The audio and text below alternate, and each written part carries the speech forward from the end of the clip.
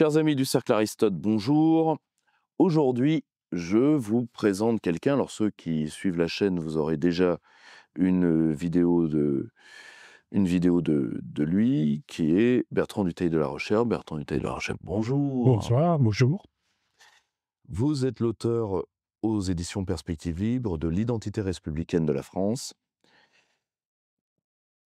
Je le dis que comme éditeur, moi, ça a été l'un de mes grands plaisirs d'édition de l'année dernière, parce que je trouve que c'est un ouvrage important, parce que on a tendance à avoir une vision strictement réactive du fait identitaire. C'est-à-dire, on voit un foulard, on réagit, on voit une burqa, on réagit, on voit, une immigration incontrôlée, on réagit.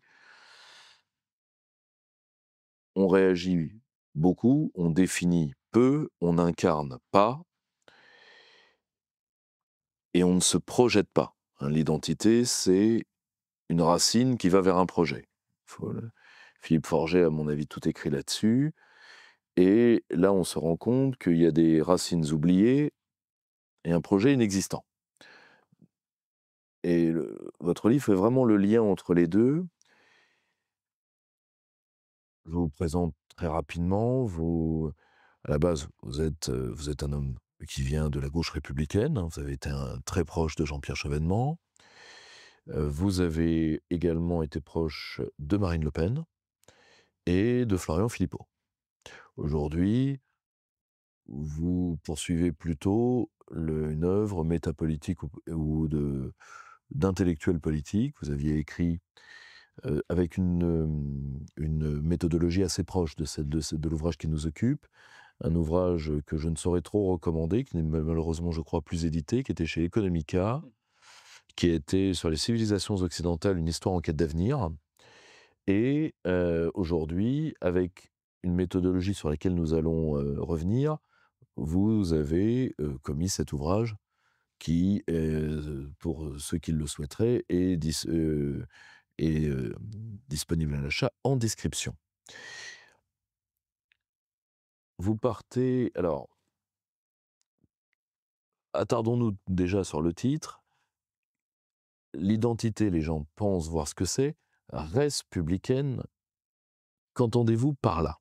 Républicaine, ça veut dire que notre identité se fonde sur Rome et sur nous sommes un pays latin. L'histoire, ou plutôt la géographie, a voulu que nous soyons le pays latin qui se trouve le plus en confrontation avec les pays germaniques. Nous avons une histoire commune avec j'allais dire, notre meilleur ennemi qui est l'Angleterre. 1000 ans, ça va faire 1000 ans, en 1066, depuis la bataille d'Hastings. Nous avons une histoire commune, nous avons fait beaucoup de choses ensemble, nous avons fait des choses les uns contre les autres, et puis nous avons de l'autre côté les autres germains, c'est-à-dire les tudesques, l'Allemagne, l'Autriche, et puis nous avons aussi en face de nous les Néerlandais. Voilà, donc le problème que nous avons, nous, aux Français, c'est d'abord de nous situer par rapport aux pays germaniques. Et aujourd'hui, le pays germanique par excellence, évidemment, c'est les États-Unis.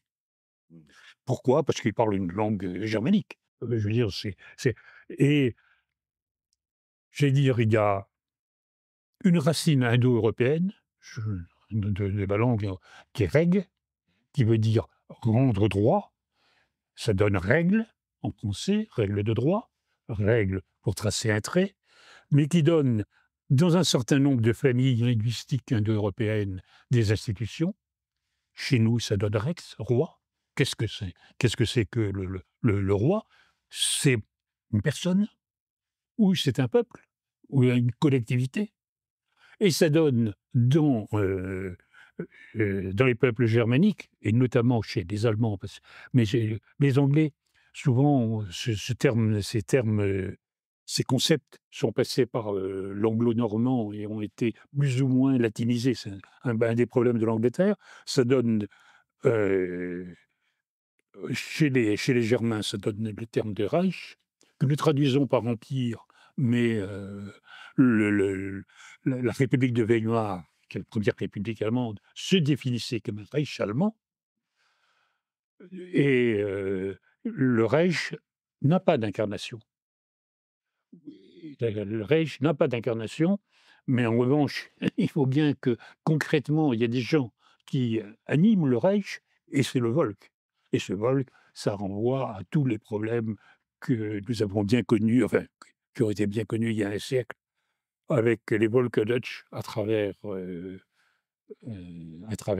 notamment l'Europe orientale et l'Europe centrale, que nous retrouvons d'une certaine façon avec l'Allemagne d'aujourd'hui, avec ce que l'on peut appeler l'Hinterland de l'Allemagne, mais que les géopoliticiens allemands appelaient le Mitteleuropa, c'est-à-dire la Pologne, la République tchèque, la Hongrie, le Mitteleuropa qui est là.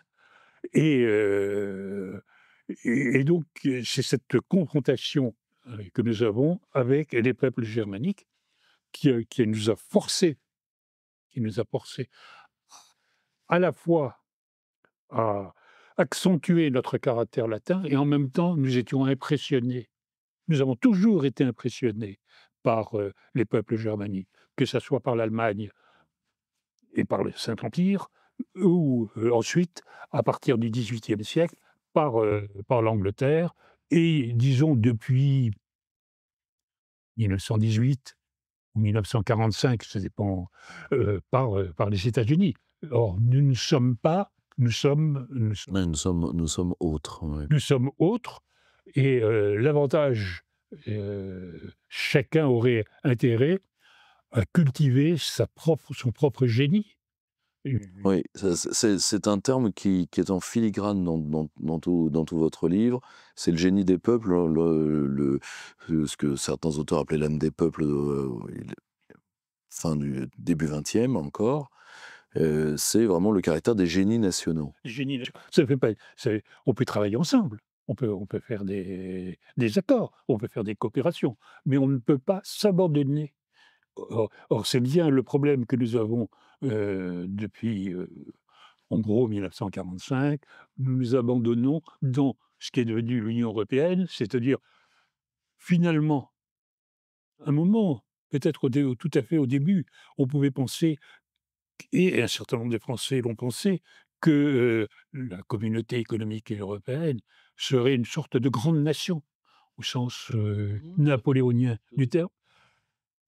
Certains l'ont pensé, oui. Certains l'ont pensé et en réalité, ça a glissé, notamment, avec l'entrée de la Grande-Bretagne dans la Communauté économique européenne. C'est donc, en 92, 72 pardon, en 72, ça a glissé vers le Saint-Empire et nous nous retrouvons dans un système où nous sommes en quelque sorte dans la suite, ce que pensent profondément les Allemands, c'est-à-dire que nous sommes des Germains dégénérés. Reprenez, les discours de Fichte, ce les discours de Fichte. Heu, nous avons été créés, bon, c'est ce que j'explique dans mon livre, la France a été créée au printemps, 987 par l'arrivée, l'élection comme roi du Capet pour éliminer le dernier carolingien, Charles de Basse-Lorraine, de façon que nous ne soyons pas une puissance par rapport au Saint-Empire qui venait d'être heu, créé le 2 février 962 par, le le couronnement de Othon Ier par le pape Jean XII à Rome. Il y a une méthodologie dans votre ouvrage sur laquelle j'aimerais que nous revenions. Méthodologie, peut-être que je m'avance un peu, mais qui m'apparaît, que que je trouve, que je trouve très revigorante, mais qui m'apparaît dumésilienne. Peut-être ai-je tort? C'est-à-dire que vous prenez vraiment l'identité vraiment dans sa concrétude, c'est-à-dire le rapport à l'éthique, le rapport au politique, le rapport à l'économique qui fait la singularité d'un peuple. Et pour vous, heu, ces 3 dimensions, s'articulent. Est-ce que je le résume à grands traits, certes, mais est-ce que je le résume correctement? Oui, elle s'articule dans l'histoire, elle s'articule dans l'histoire et je veux dire, par exemple, nous sommes lorsque la France a, heu, a été une puissance économique, on s'aperçoit qu'elle a été colbertiste. Mmh. C'est-à-dire qu'il y avait bien sûr, il y avait un secteur public, un secteur d'État, que l'État était là pour, impulser et entraîner l'économie et dans tous les activités où, où la concurrence, pouvait fonctionner, était profitable, il y avait de la concurrence. C'est-à-dire, oui, la concurrence, c'est bien, à condition, que ça ne remette pas en cause l'indépendance de l'État et à condition que la concurrence se passe sur le produit et pas sur le producteur. Sur le produit, c'est une émulation, sur l'esthétique, c'est une émulation sur la technologie, sur, la concurrence sur le producteur, c'est sur le salaire, c'est sur la protection sociale. Je veux dire, Bien sûr. heu et donc on peut parfaitement avoir des accords de libre-échange à condition, par exemple, que ça soit avec des pays qui ont, de façon équivalente, les mêmes normes sociales et aujourd'hui, je rajouterais les mêmes normes environnementales. Sinon, c'est une concurrence qui est faussée et qui se porte sur le producteur. Voilà, et donc, c'est parce que ça a été l'activité c'est parce que ça a été le raisonnement de Colbert au XVIIe siècle, mais au XXe siècle, ça a été ce qu'on appelle les Trente Glorieuses. C'était entièrement ça, oui. Les Trente Glorieuses ont été parfaitement colbertistes. Oui, oui, tout à fait. Voilà. Et il ne faut pas dire, parce que ça profitait, parce qu'il y avait la reconstruction. La reconstruction, 52, En 52, 53, elle est terminée. Oui, oui, oui. c'est terminé. Donc, c'est vrai que donc, bon, en même temps, par exemple, ça va conduire à ce que la bourgeoisie française, contrairement par exemple à la bourgeoisie anglaise ou même à la bourgeoisie allemande va prospérer à travers les villes libres d'Allemagne. Il y en aura encore une cinquantaine au moment de la dissolution du Saint-Empire, il y a encore une cinquantaine de villes libres, et même encore aujourd'hui en Allemagne, j'allais dire, il y a deux villes libres qui s'appellent Brême et Hambourg. Euh, c'est un peu. je- la bourgeoisie française va être effectivement une bourgeoisie d'État, c'est-à-dire qu'elle va acheter des offices et il faudra, la volonté de Colbert pour que le système, fisco-financier qui investisse dans la production. Il faudra et Colbert, assez, ira jusqu'à, s'appuyer sur la bourgeoisie protestante, mais la révocation de l'édit de Nantes, il était mort depuis 18 mois lorsque l'édit de Nantes a été révoqué. Donc, heu et cette bourgeoisie, d'office, va développer sa propre idéologie qui est, le jansénisme et le jansénisme présente un avantage, c'est que, Dieu pour un janséniste ne donne aucun signe sur, le salut éternel de l'individu et donc l'individu est face à sa conscience. Avec évidemment, l'immense l'avantage, c'est que cette bourgeoisie d'État n'est pas une bureaucratie, elle n'est pas au service d'un système autocratique, elle est elle est dans une dialectique entre elle-même et le souverain, avec cet inconvénient, c'est que, le elle attend, les individus peuvent avoir la tendance qu'ils sont l'incarnation même, à tout seul, de l'intérêt général. D'où le fait que dans des organisations supranationales, on aime bien mettre des Français à la tête, puisque ce sont les seuls qui ne sont pas là pour défendre les intérêts de leur pays et pour se croire les porteurs Et de, ça, c'est quelque chose qui est, si vous voulez, c'est il y a des tas de même de petites choses qu'à travers votre livre, on comprend à la lumière de notre histoire, si vous voulez. Si vous voulez, prenez cette tendance-là, qui est une tendance inhérente d'une partie de la bourgeoisie française à la trahison. Souvent, ce n'est pas en soi perçu comme tel par les agents, ce sont des gens qui prennent en charge un intérêt dit collectif supérieur. ils pensent que Ils pensent que ils sont sincères. c'est bien ça que je leur reproche. Ils sont sincères. Le problème est, c'est comme disait Napoléon, ce sont les incorruptibles qui me coûtent le plus cher. Et il y a ouais, ces gens-là sont, mais évidemment, nous avons nous avons une vision pessimiste en tant que latins. Nous avons une vision pessimiste de l'homme. L'homme est un loup pour l'homme, c'est Plaute. Le péché originel, c'est saint Augustin. Nous avons une vision et donc il y a une nécessité, de me permettrai de paraphraser Simone de Beauvoir, on ne naît pas citoyen, on le devient et on le aujourd'hui, alors je ne vais pas prendre au cours de l'histoire, mais aujourd'hui, on le devient par l'école et l'école est là quelque chose d'essentiel. C'est pas un service public, parce que service public voudrait dire que les élèves sont des consommateurs qui viennent c'est un service organique de la République qui est là pour, comme le disait très excellemment, Condorcet, pour instituer le citoyen.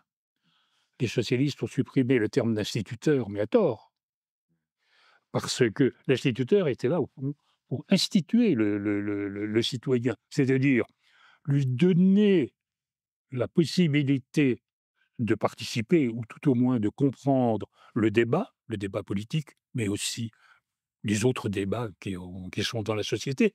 Ce qui veut dire éviter et penser par soi-même. C'est pas de la propagande, c'est le contraire même de la propagande. C'est se donner, le donner. Deuxièmement, l'école était là aussi, devrait donner un métier, la possibilité de vivre dignement de son travail et d'un travail utile, cela va de soi. Et enfin, il faut que chacun puisse rendre à la République, à la nation, à la patrie, à l'État, peu importe, ce que celui-ci a donné à chacun, et c'est ça l'élitisme républicain, c'est-à-dire la promotion de tous par la sélection des meilleurs. Voilà les quelques. Donc il y a un rôle fondamental de l'école qui est aujourd'hui totalement, en grande partie oublié. Parce que, si vous voulez, c'est ce qu'on voit à travers votre ouvrage, qu'en réalité, l'identité, la pensée française est un tout assez cohérent avec elle-même. C'est-à-dire que l'histoire nous a donné une cohérence, une singularité en tant que peuple, comme elle l'a donné aux autres, mais sous d'autres formes et pour une fois, intéressons-nous un petit peu à nous-mêmes. Pas assez s'intéresser à soi est un défaut très français. Mais, pour vous, comment, ces grandes balises identitaires, c'est-à-dire le rapport à l'éthique, le rapport à la production. La production, c'est le fait de transformer la matière et d'être avec les autres, c'est quelque chose d'important. Le rapport aux politiques, si vous voulez, quelles ont été les grandes étapes de la dilution de ce que Philippe de Villiers appellerait des murs porteurs? Le Pour vous, comment ça s'est affaissé et quand ça s'est affaissé? Alors d'abord, nous sommes, contrairement aux Germains, puisque pour ce qui m'intéresse, c'est la comparaison avec les Germains. Contrairement aux Germains, nous sommes une civilisation de la contingence. Nous sommes une civilisation de l'historique. Nous ne sommes pas nous sommes une nation politique. Nous ne nous voyons pas comme une nation culturelle, pas comme une nation métapolitique, comme se voient les Germains.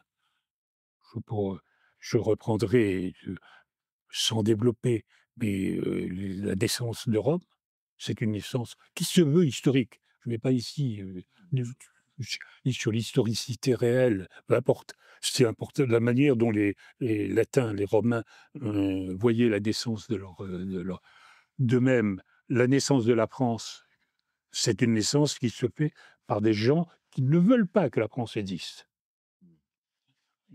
Je reprendrai, Adalbéron, l'archevêque de Reims qui a mené, et donc la France a comme les Latins, comme les Romains ont été fascinés par la Grèce, nous, on a été fascinés par les Germains et on a été évidemment, il y a un moment, crucial qui est le 1er septembre 1870, c'est la défaite, le désastre de Sedan et à partir de là, il va y avoir ce qu'un auteur, a dit: «La crise allemande de la pensée française».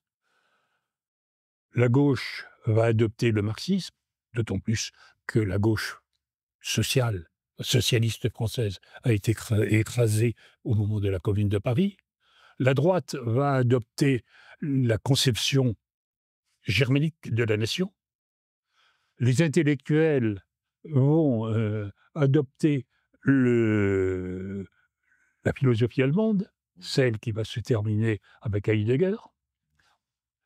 Et je vais dire que la bourgeoisie, que je qualifierais d'orléaniste, heu, parfois républicaine, heu, heu, va, totalement plonger dans le libéralisme, qui est une idéologie qui est très, très liée à la culture, germanique et notamment à la culture anglo-saxonne. Je rappelle que le libéralisme est né dans le sud de l'Écosse au XVIIIe siècle. Je veux dire, c'est là où était le libéralisme et donc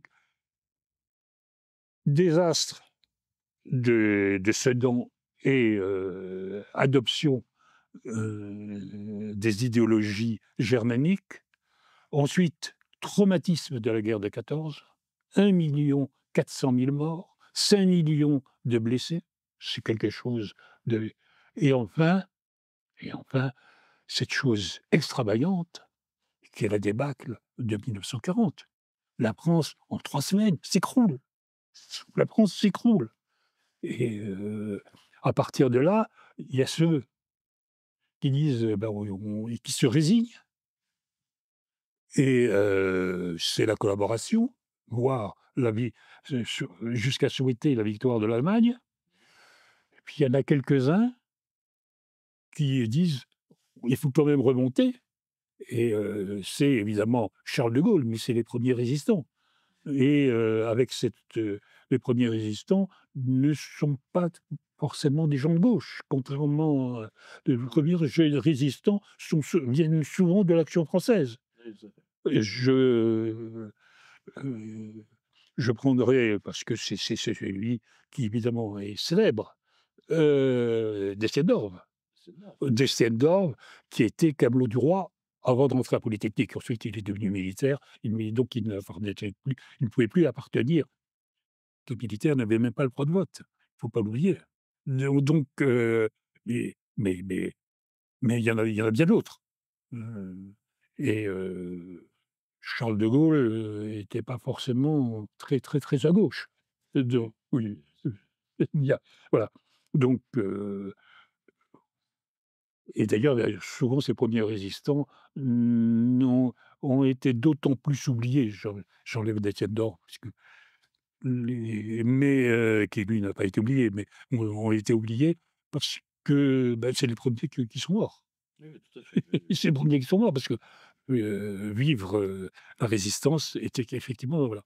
Donc oui, il y a, heu, nous sommes parce que nous sommes une civilisation de la contingence, nous doutons forcément de nous-mêmes et si nous n'avons pas la force de dire politiquement d'abord, parce que nous sommes une nation politique, si nous devons exister et nous allons exister par la politique, parce que nous le voulons eh bien, effectivement, on se délite et on finit par sombrer dans cette résurrection du Saint-Empire. Mmh. C'est le Si vous voulez, c'est très le De Gaulle avait analysé ça dans La psyché des Français. Il appelait ça, ce sentiment très particulier d'angoisse, qu'il appelait le tracassin, et et qui facilite un abandon de soi, qu'il nommait, de manière assez drôle, il appelait ça le raccourci vers le bistrot. Mais objectivement, heu, grâce à votre livre, moi j'ai compris, j'ai beaucoup mieux compris pourquoi on a méthodiquement détruit les humanités classiques. Parce qu'en réalité, quelqu'un qui a fait des humanités classiques se reconnaît très facilement à travers votre livre. Pour ma génération, on tombe des nues quand on voit ce qu'on nous a volé. Moi, je suis de 86, hein. J'imagine pas ce qu'on va voler à celle de mes enfants. Or, mais maintenant, je comprends. Et je comprends aussi pourquoi les humanités classiques ont été tellement importantes dans la fondation de l'homme français pendant des décennies, voire plus. Parce qu'il y a eu une volonté de dilution. Les humanités classiques, telles que nous les avons pensées, il y a fondamentalement 2 grands pays qui les ont eues, nous et une partie, j'ai bien une partie, du système d'élite de sélection britannique. C'est-à-dire, au passage, le système qui validait en français, ce qui était Mmh. encore le cas d'Oxford il y a encore quelques années. Mais j'ai bien compris que pour vous, le moyen de s'en sortir, avant tout, c'est de repenser la question scolaire. Mais si vous voulez, est-ce qu'on peut je me fais pas l'avocat du diable, c'est un doute que j'émets. Enfin, vous dites vous-même, nous les Français, nous sommes une nation qui aurait pu ne pas être. Donc nous doutons intrinsèquement. Et hem, avoir des têtes bien faites ou même bien pleines est une chose. Mais est-ce qu'il ne manque pas aux Français aujourd'hui une notion qui est cardinale dans la pensée gaulienne, qui est la notion de caractère? C'est-à-dire, finalement, est-ce qu'avant de leur voler leur histoire, on n'a pas rongé en eux la volonté de vivre? C'est sur ça que je vais vous faire réagir, et ça, par exemple, ça ne peut pas se décréter scolairement. Oui, c'est la volonté de vivre. Est-ce que revenons sur le traumatisme de juin 40, parce que qui avait été précédé, il fut qui avait été précédé, j'allais dire, par Verdun ou le chemin des dames, hein, je veux dire, c'est je vais pas, heu, est-ce que, c'est de la volonté de vivre, on n'a pas été brisé, enfin, non, pas brisé, mais affaibli, considérablement affaibli par ce désastre de juin 40? Je veux dire, et comment en sortir? Alors, heu, le notre je veux dire, on a été écrasé, bon, par l'Allemagne, mais ça a été tellement difficile avec les États-Unis. Il a fallu une volonté de faire de Charles de Gaulle pour que la France ne tombe pas sous la botte. Et ne soit pas, disons, démantibulé, parce qu'on oublie que les frontières d'occupation et de division de la France, les Américains les reprennent presque telles quelles, hein. Oui, ou tout au moins Roosevelt. Oui, Roosevelt, bien sûr. Tout au moins Roosevelt, parce qu'il y a des Américains et on a été d'une certaine façon, il y a quelqu'un qui avait parfaitement compris, quelles que soient les difficultés qu'il avait avec, Charles de Gaulle, c'était compliqué, mais qui est Churchill. Churchill, bien sûr, bien sûr. Je veux dire, les aristocrates anglais ont sauvé 2 fois la France. Wellington en 1815 avec le tsar Alexandre, face à ce que voulaient les Prussiens. Les Prussiens auraient voulu démanteler la France. Et là, il y a eu une opposition de Wellington et du tsar Alexandre. Et ensuite, on a Winston Churchill, qui était d'abord un aristocrate anglais, hein, Oui, bien sûr, bien sûr. avait parfaitement compris. Alors, les relations étaient compliquées avec De Gaulle, Ah oui, mais vous avez vu la taille des 2 gros animaux? mais parce que, la priorité, et c'est bien compréhensible, pour Churchill, c'était de gagner la guerre, mais et pour gagner la guerre, il avait besoin des Américains. Bien sûr. Donc mais en même temps, il comprenait parfaitement, c'était pas le cas de tous les Anglais, qu'il était et De Gaulle était d'autant plus intransigeant qu'il n'était rien. Bien sûr, bien sûr. Il il C'est cette phrase magnifique qu'il dit à Churchill qui est authentifiée. Quand Churchill lui dit: «Mais De Gaulle, faites comme moi face à Roosevelt, je plie et quand il part, je me redresse». Et il a cette phrase magnifique: «Je suis trop pauvre, je ne puis». oui, Ce qui fera dire à Churchill plus tard: «La croix la plus lourde que j'eus à porter, ce fut la croix de Lorraine». mais ce qui est vrai. Ce qui est entièrement vrai. C'est bon, les choses sont pas, je veux dire, d'une logique, elles sont dialectiques. Heu, vous êtes rien, donc si vous voulez être quelque chose, il faut être intransigeant. Bien sûr. Voilà, et on ne sortira, nous sommes en 2025, on sortira de la situation dans laquelle on est le jour où on aura une dirigeant politique, compte tenu des institutions évidemment, d'abord le président de la République, mais ça, qui aura compris cette chose-là, c'est que la France redeviendra la France le jour où nous serons décidés à être quelque chose, et même si nous sommes tombés très bas, et nous avons les moyens parce que la France est plusieurs fois s'est retrouvée dans des situations, Ce peuple aux malheurs exemplaires. hein, je rappellerai,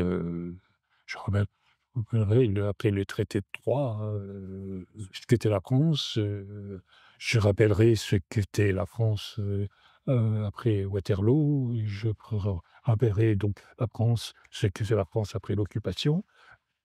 On a ressurgi, mais il faut le vouloir, il faut une volonté de faire, heu et c'est pas avec la classe politique actuelle qu'on auront qui peut exprimer une volonté de faire. Ils sont totalement dans le mythe européiste, Oui, totalement, c'est et je dirais que ce mythe européiste est un mythe, au fond, profondément germanique. Quand vous prenez les 3 pères fondateurs les plus célèbres, Konrad Adenauer, Robert Schuman, Albert, Gasperi, Alcide de Gasperi, les 3 sont des Germains.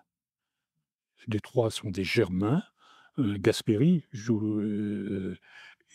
commence par être, député au Bundesrat à Vienne. Il est originaire de Trente. Oui, il est originaire de Trente. Il est italien, mais oui, il est italien. il d'ailleurs, c'est pas son vrai nom, son vrai nom est un peu plus germanique, que ça. Mais et et c'est le catholicisme social, c'est, les héritiers du Zentrum. C'est hérétique, profondément. C'est des fausses Deutsche, quoi, là, c'est Voilà, et ils veulent, au fond, ressusciter le Saint-Empire. oui, très clairement. Ils veulent ressusciter, et comme c'est très difficile de ressusciter le Saint-Empire quand vous avez 27 pays avec des cultures différentes, d'où cette bureaucratie, j'allais dire prussienne, qui veut absolument aligner dans des casernes, jusqu'au moindre détail, heu Bien sûr. Ce qui est une vieille stratégie allemande, c'est la stratégie Zollverein, hein.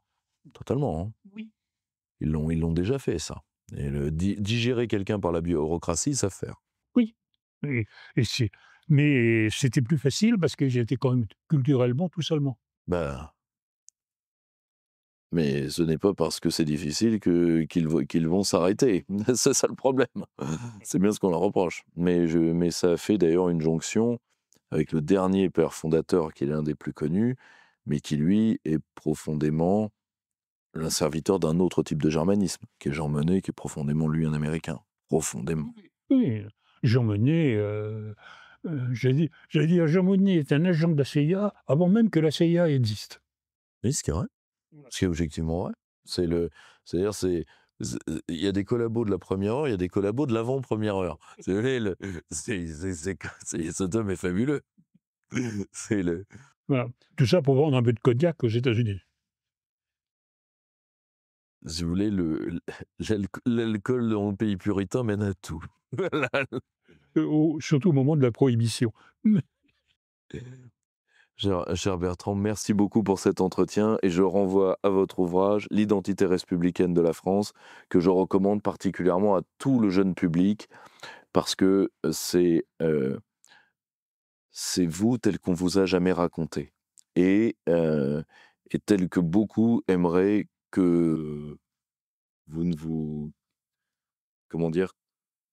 Que beaucoup aimeraient que vous ne vous rappeliez pas ce que vous êtes et ce que vous avez été. Merci à tous Merci bien. et merci à vous, cher Bertrand. Je vous souhaite vraiment à ce livre le plus grand succès. Merci beaucoup. Merci et à bientôt. À bientôt. Chers camarades, si tu veux plus de contenu, de réinformation, d'éducation populaire et de formation intellectuelle, n'hésite pas à faire un don sur notre page Tipeee.